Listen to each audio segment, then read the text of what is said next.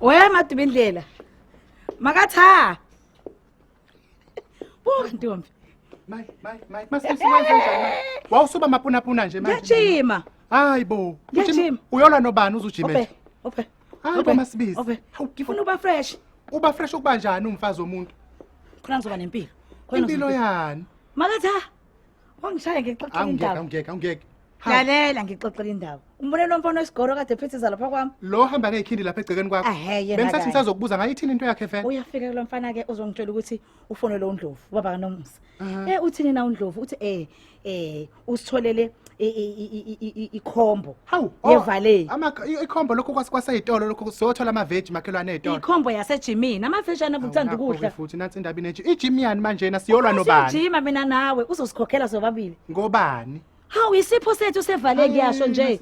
Ufuna ukuthi sibe fresh njengabafazi basemakhaya siba abafazi abajimayo abanempilo aba fresh. Hey, yabona phezulu vandeni sizobancamisa makatha bazosibona nje sinqwabashiya. Kodwa uNkulunkulu wami.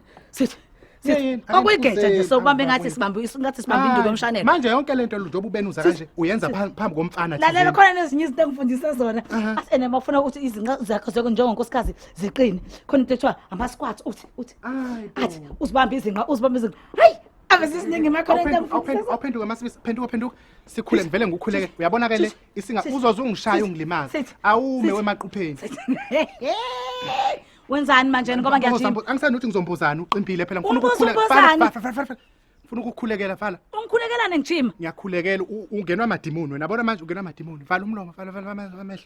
Awu Nkosi simakade hayibo Nkosi khuza phela. Hawu yeyeni wenkosi.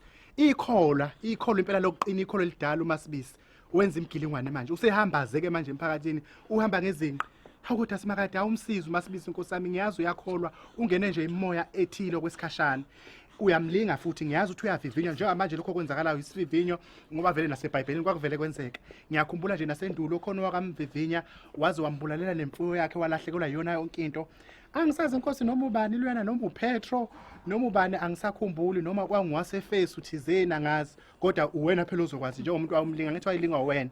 Uzomazi ka ngeke ngiloko ngixanga lo nto leyo. Kodwa iphuzu lami lila kutheni uMasibisi uyamlinga njengabo labo bantu labo obalinga. Futhi engizwa kuthiwa wobalinga ngoba phela ngangingekho ngezwe nje sengixoxelwa ngendaba. Nkosi ngiyacela usami umsindisi uMasibisi umbuyise kulesi silinga kusona abuye ephila ebuye sayikholwa elilungile Nkosi ngoba ngimthande ekholwa mina hayi nje obese uhlanya ehamba ebhenguza enje. Amen. Siyofast kitchen.